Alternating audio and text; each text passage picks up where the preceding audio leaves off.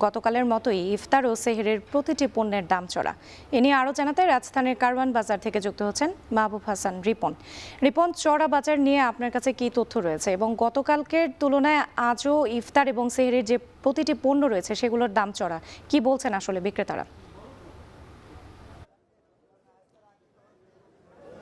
রাত্রি আমরা কারওয়ান বাজার কাঁচা বাজারে আসার পর থেকে আমরা যেটি দেখলাম সেটা হচ্ছে যে কাঁচা মরিচের ঝাল অনেক বেশি, অর্থাৎ কাঁচা মরিচের দাম বেড়েছে। কাঁচা মরিচ প্রতি কেজি প্রায় 50 থেকে 100 টাকা পর্যন্ত দাম বেড়েছে এবং সেটি বিক্রি হচ্ছে 180 থেকে 220 টাকা কেজিতে।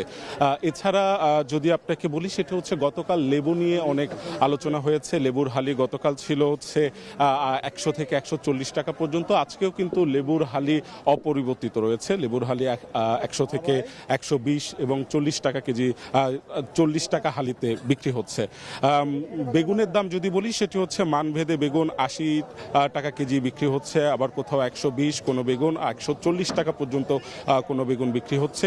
শসার দাম গতকালের তুলনায় আজকেও শসার দাম অপরিবর্তিত রয়েছে, 100 থেকে 140 টাকা কেজিতে বিক্রি হচ্ছে। টমেটো এবং গাজর গতকাল যে দামে বিক্রি হয়েছে আজকে কিছুটা কমেছে। টমেটো 80 টাকা কেজি এবং গাজর 50 থেকে 60 টাকা কেজিতে বিক্রি হচ্ছে। পেঁয়াজ বিক্রি হচ্ছে 55 থেকে 60 টাকা কেজিতে। রসুন দেশি সেটি বিক্রি হচ্ছে 100 থেকে 100 টাকা এবং রসুন বিদেশি সেটি বিক্রি হচ্ছে 220 টাকা কেজি দরে। তো আমার কাছে কারওয়ান বাজার কাঁচা বাজার থেকে এই ছিল সবশেষ। রাত্রি কারওয়ান বাজার থেকে যুক্ত ছিলেন রিপন হোসেন। রমজান